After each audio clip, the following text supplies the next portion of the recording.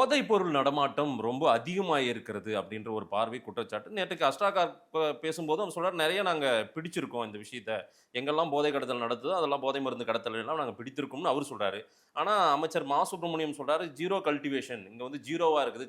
கஞ்சா போதையெல்லாம் இங்க கிடையவே கிடையாது" அப்படின்னு சொல்றாரு. இது மாரி ஒரு மாறுபட்ட கருத்து எப்படி பார்க்கிறது? இல்ல அவரு கொஞ்சம் அழகா புத்திசாலித்தனமா பதில் சொல்லியிருக்காரு. ஜீரோ கல்டிவேஷன் உண்மதான். இங்க நம்ம விவசாயம் பண்றது இல்லல்ல. சரி. அததான் அவர் சொல்லியிருக்காரு. ம்ஹ்ம். இங்க கன்சம்ப்ஷன் கேட்டிருக்கணும் நம்ம. ஓஹோ! ஜீரோ கன்சம்ப்ஷன்னா இல்ல கன்சம்ப்ஷன் நெறைய பண்றாங்க. லாரியில மாட்டுது, ட்ரெயின்ல மாட்டுது, நெறைய பேர் மாட்றாங்க.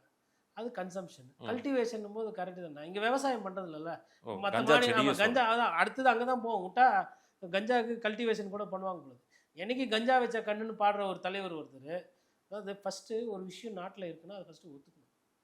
அப்பதான் தீர்வு வரும். தீர்வை நோக்கி போக முடியும். என்னை பொறுத்தவரையிலும் இந்த போதை தடுப்பு அப்படின்றது ஒரு தனி துறையாக வர வேண்டும். அது காவல்துறையோட இருக்கக்கூடாது. ஆனா அரசாங்கமே டாஸ்மாக் நடத்துது. அது ஒரு முரண். அப்ப இந்த முரணெல்லாம் சரி செஞ்சு பாலிசி லெவல்ல ஒரு ஒரு ஒரு திட்டம், ஒரு தொலைநோக்கு திட்டத்துல வந்து எது எது அரசாங்கம் நடத்தலாம், எது நடத்தக்கூடாது அப்படின்னு அது தனியாருக்கே திருப்பி குடுத்துட்டா, ம்.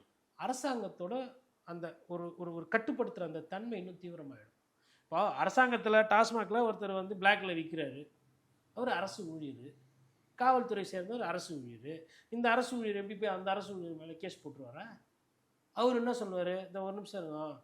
எம்எல்ஏ ஆஃபீஸ்ல பேசிட்டு வரேன். இல்ல வட்ட செயலர்கிட்ட பேசுறேன். மாவட்ட ஆஃபீஸ்ல பேசுறாங்கன்னு" ஃபோன் பண்ணி காவல்துறை இது இது இது நிதர்சனமா எல்லா ஆட்சியிலும் இதுதானே நடக்குது.